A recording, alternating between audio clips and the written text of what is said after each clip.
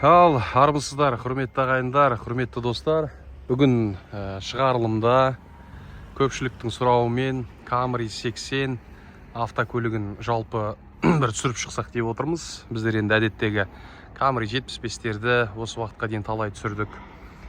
Camry 70-терді талай түсірдік деген сияқты. Енді 80 бұл енді біздің Қазақстанның көшелерінде де бір аса қатты көп кездесіп жүрген жоқ. Енді белең алып, енді адамдар 80-ге отырып жатқан жайы бар. Ендеше шыны керек, бұл 80-нің жалпы ішкі кейпі, нақты Америкада құрастырылған көліктер 80-діктердің ішкі кейпі қандай, ішкі дизайндары қандай, соларды жалпы жұртшылық көргісі келеді. Ендеше құрметті ағайындар, мінекей осыны бір ашып бір көрсетейін. Енді қысқаша бір шолу болсын дейміз. Бұл 2025 жылғы Camry 80 23 мың доллар деп бағасын көрсетілген екен. Бірақ енді бұның сіздерге как шолу ретінде көрсетіп жатырмын. Бірақ енді 23 мың долларға алады екен деп Грузияға шауып келмеңіздер. Жақсылары 25 мың доллар. Негізі бұлардың жақсы карфакстармен, жақсы пробектермен, кузов бойынша, лонжерон бойынша, подушка бойынша қай жағынан алсаңыз да жақсы 80-ді орташа 25 мың долларға аласыз. Дисктардың дизайнын қараңыздар, құрметті ағайындар. Дизайндар дәл осындай SE комплектациялар, яғни орташа комплектациялары қара түспен берілген. Дисктің дизайнын қарасаңыздар болады.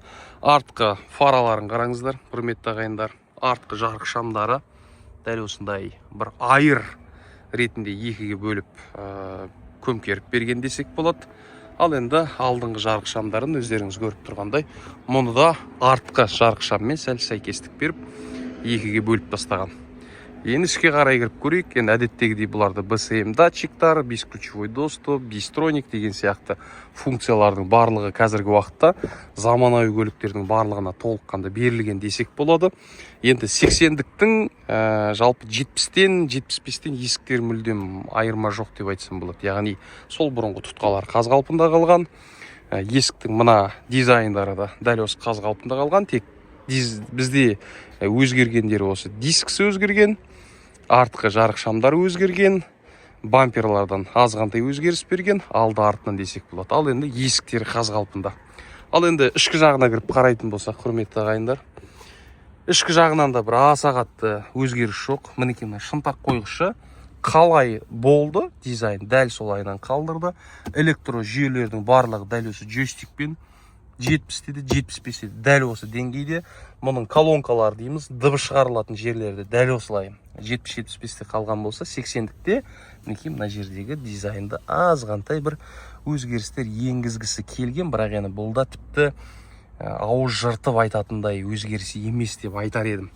Ал енді ішке қарай кіретін болсақ, орындықтарын алайық. Орындықтың азғантай тігіс өнерін өзгерткендей болған. Былайынша айтқан кезде 70-те 80-де мұндай өнер емес, өзгеше. Оны енді 70-80-дік айдап жүргендер білет.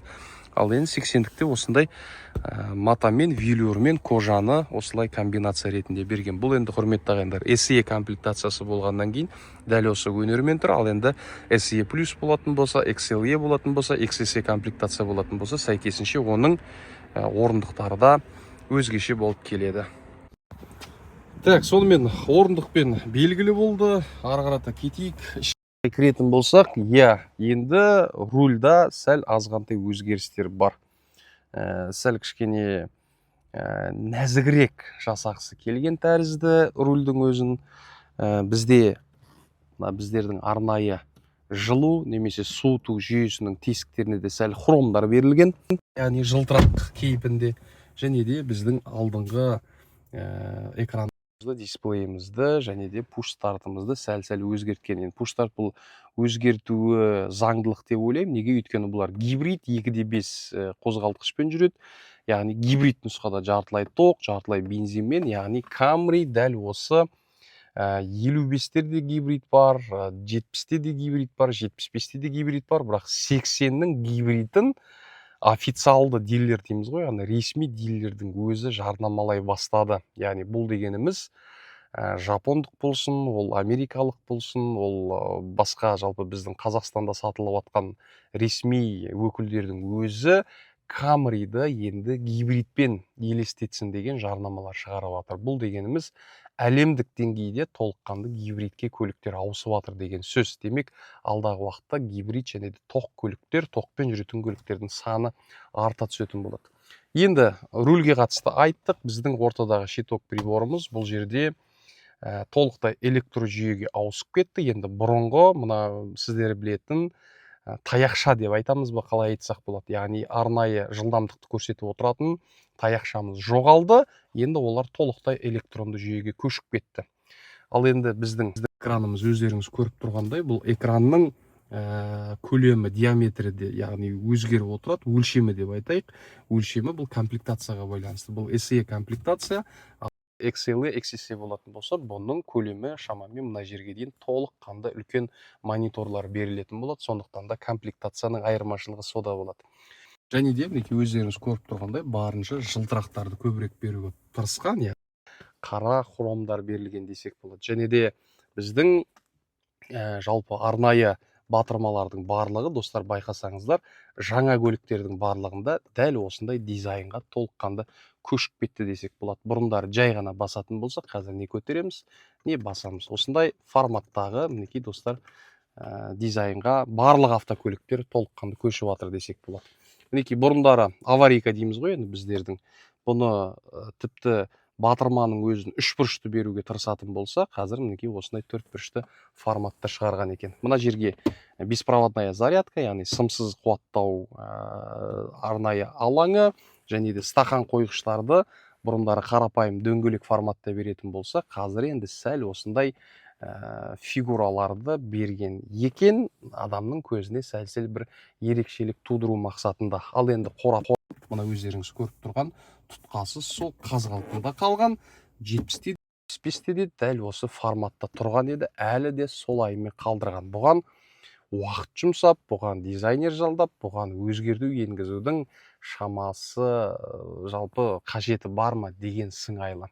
Ал енді төбеге қарайтын болсақ, төбедегі потолок, яғни біздің жоғарғы жағымызды дәл осы қара түстен берілген екен. Менің байқағаным SE болсын, LE болсын, толықтай қара түспен көмкеріп тастаған. Құрметті ағайындар, яғни мінекей біздің шынтақ қойғышымызды тереңдігі сол қалпында қалған, бірақ сәл төрт бұрыштілеу қылып шығарған екен. Бұрындары сәл домалақтау келетін еді, бірақ төрт бұрышты кейіпке өзгерткен. Бірақ енді жаңа көліктің аты жаңа көлік, 80-нің ішіне отырып, рөліне отырған кездегі кейіп енді сіздерге қазір беріліп тұрма, берілмей тұрма. Бастапқыда бірінші кезеңдерде маған сәл бір түрлілеу болғанымен, қазір шыны керек 80-нің ішіне кірген кезде өзімді жақсы сезінетін болып жүрмін. Сондықтан да, құрметті ағайындар, не десек те баршамызға дәл осындай 80-дік автокөлікті айдап жүруді маңдайымызға бұйыртсын. Бұл өмірдегі бақыт тек қана дүниемен өлшенбейді, бірақ десек те бәрімізде әйтеуір осындай жақсы нәрселерге мінсек, жақсы нәрселерді айдасақ деген өзіміздің арманымыз бар, мақсатымыз бар.